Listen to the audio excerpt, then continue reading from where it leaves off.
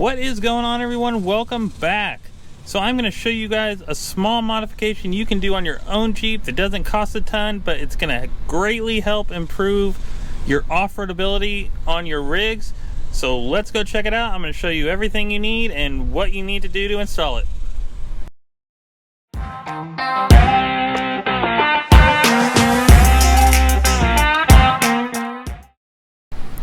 So one of the coolest features I like on a lot of these new cars coming out is the multiple cameras they have around the vehicle. And I'm not just talking about the backup camera, I'm talking about side cameras, front cameras, the top 360 view.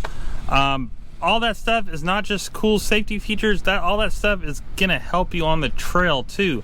So I wanted to integrate something like that into my Jeep, and I wanted to start with just a front camera. I already have a backup camera, but I always have issues when you're coming up to an obstacle, especially stuff where you drop down, you just can't see what's in front of you. Also, tire placement, all that stuff, a front camera would definitely come in handy. So scouring Amazon, you know, there's a ton of universal backup cameras, but if you also look, they're made to do front view also, because the problem with doing a backup camera on the front is the image is going to be reversed. But if you look at some of the instructions on these cameras, they let you cut a small wire or whatever to basically keep the image correct to mount it on the front. So I came across one that came with a screen and front mount camera, and I forget the price on it, but I will throw it down in the description. Pretty cheap.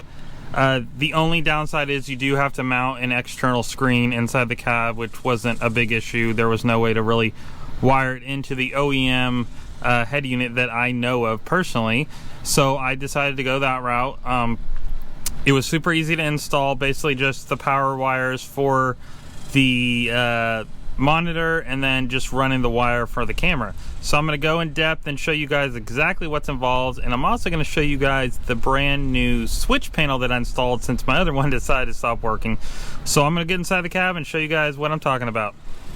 Okay, so I'm sure a lot of you have seen the universal backup cameras that they have available. So this one is pretty simple to install. It actually mounts on the license plate bolts, so there's a little frame back there, you can kind of see it, and then you just have the little camera sticking out. The only thing I don't like about this is the camera does stick out a little bit. I kind of thought about maybe possibly integrating it into the grill somehow, but for now this works. And it basically just has a single wire that you just run inside the cab. And if you've seen my other videos, I have that thing inside here. All my wires route and go through the little hole in the firewall.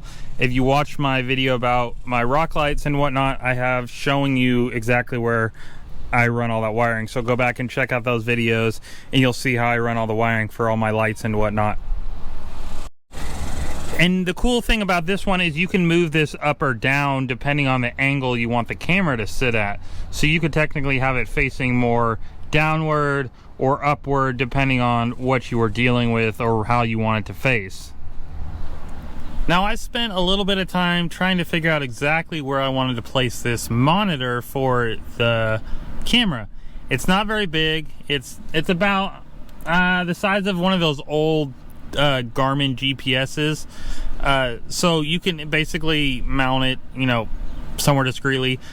I thought about possibly moving my cell phone mount, which I have right here.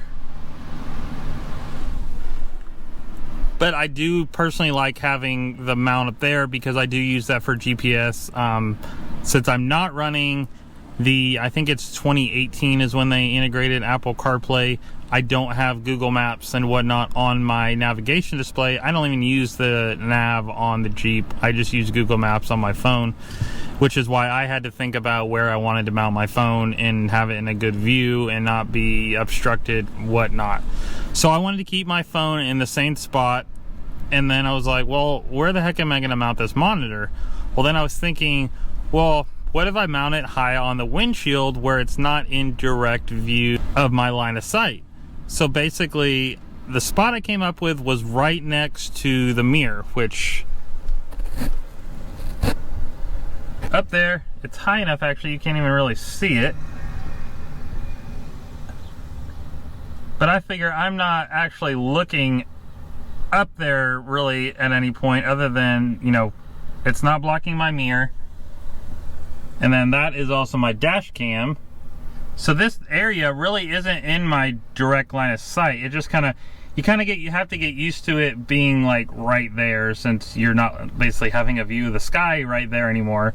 But it's really not in the way. And the cool thing about having this wired up is it's on my battery, so I don't even have to have the Jeep on to turn it on. So you can see, and you can turn these lines off actually if you want. I kind of like them because it's a good guide of width of the front end. But there you can see it turned on.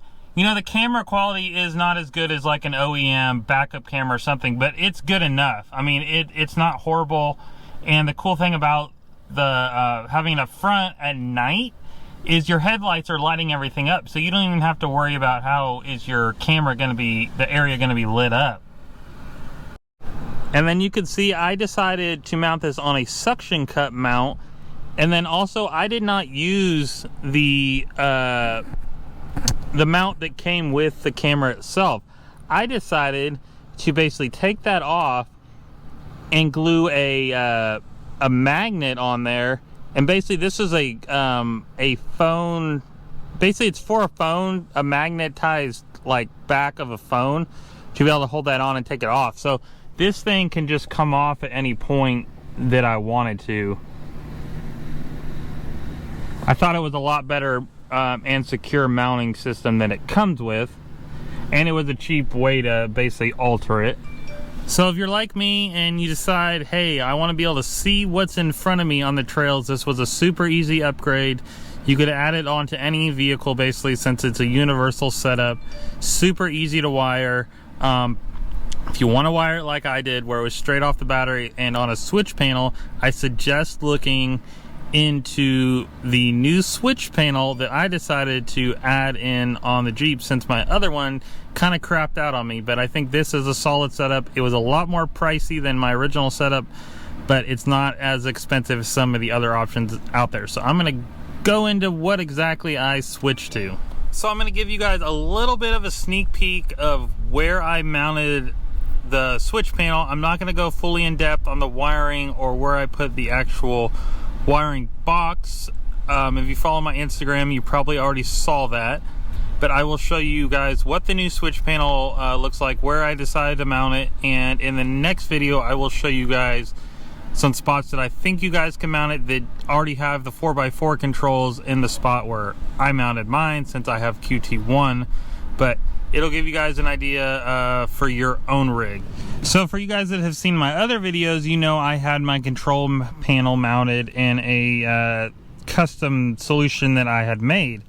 Well, I did kind of the same thing. I modified it a little bit for this new setup, but the reason I like this is the little arm that comes with it, which I'll show you guys over here. You can see this has a little adjustable arm, so you can move this thing around depending on your preference.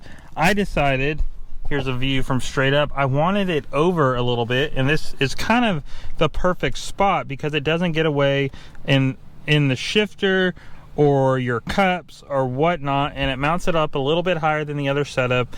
And also, when my dogs are up front, they don't bump these switches like my other setup.